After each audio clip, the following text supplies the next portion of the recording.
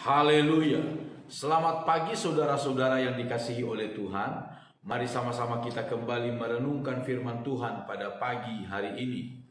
Saudara, masih dalam tema menjadi pengikut Kristus. Pengikut Yesus tidak berjalan di dalam kegelapan, tidak akan berjalan di dalam kegelapan.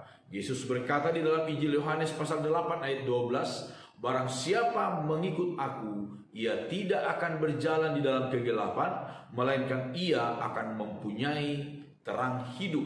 Saudara, mengikut Yesus, Paulus kemudian mengatakan di sini di dalam kitab 1 Korintus pasal 10, mulai dari ayat yang ke-32, 1 Korintus pasal 10 ayat 32, janganlah kamu menimbulkan syak dalam hati orang, baik orang Yahudi atau orang Yunani maupun jemaat Allah.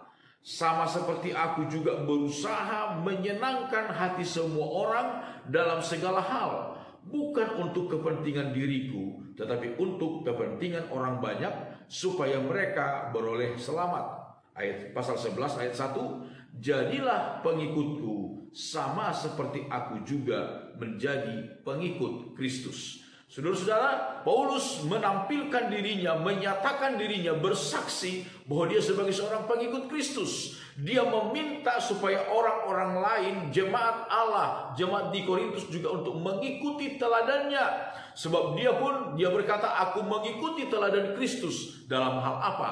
Jangan menjadi batu sandungan bagi siapapun juga.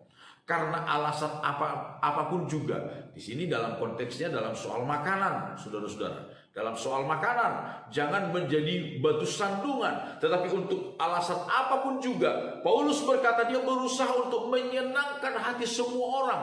Bukan berarti kita kompromi dengan dosa, bukan berarti kita kompromi dengan kesalahan-kesalahan, kejahatan, bukan.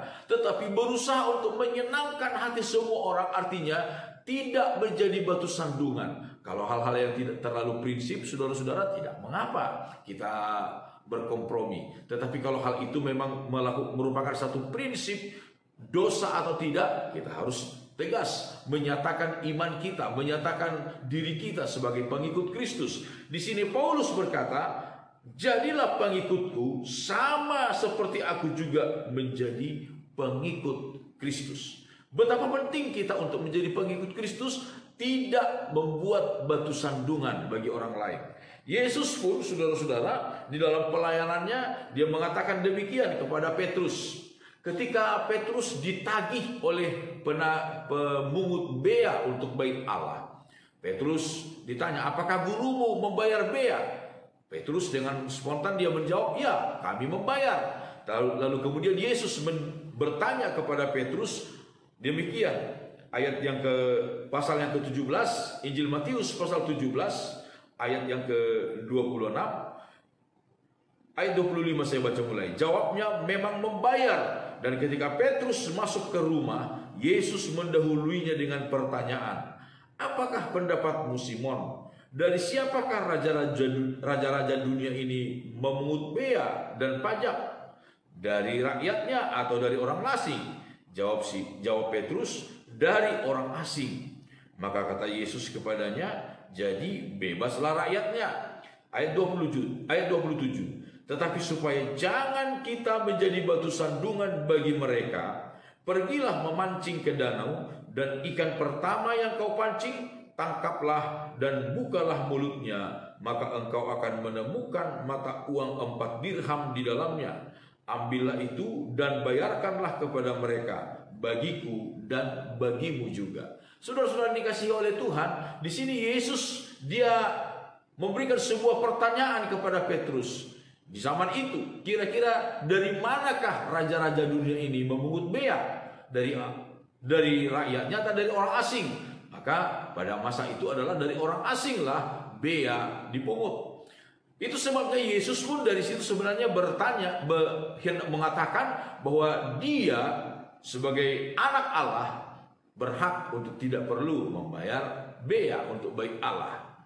Tetapi di sini dia katakan supaya jangan kita menjadi batu sandungan bagi mereka, pergilah memancing ke danau. Ikan pertama yang kamu tangkap, ambil, buka mulutnya, engkau akan menemukan 4 dirham. Mata uang 4 dirham. Bayarkan bea untukku, bayarkan bea untukmu juga. Saudara-saudara yang dikasihi oleh Tuhan, di sini intinya adalah Yesus tidak mau menjadi batu sandungan bagi orang lain. Keteladanan yang diberikan oleh Tuhan untuk kita perlu kita ikuti. Paulus berkata, jadilah teladanku sama seperti aku pun meneladani Kristus. Saudara, perlu kita meneladani sikap Paulus.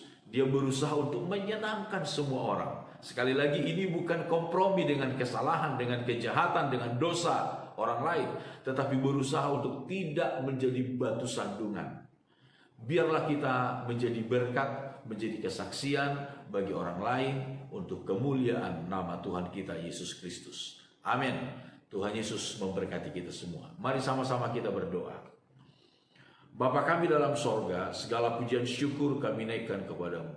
Terima kasih banyak atas segala berkat dan kemurahan Tuhan, pertolongan, perlindungan, pemeliharaanmu yang kami alami setiap hari. Terpujilah nama Tuhan. Bapa, pada saat pagi hari ini kami serahkan seluruh hidup kami ke dalam tangan-Mu. Di sepanjang hari ini Tuhan jaga, lindungi, pelihara kami, tolong kami. Karena hanya Engkaulah Tuhan tempat pengharapan kami. Di dalam nama Tuhan Yesus Kristus kami berdoa. Haleluya. Amin. Selamat pagi saudara-saudara Immanuel.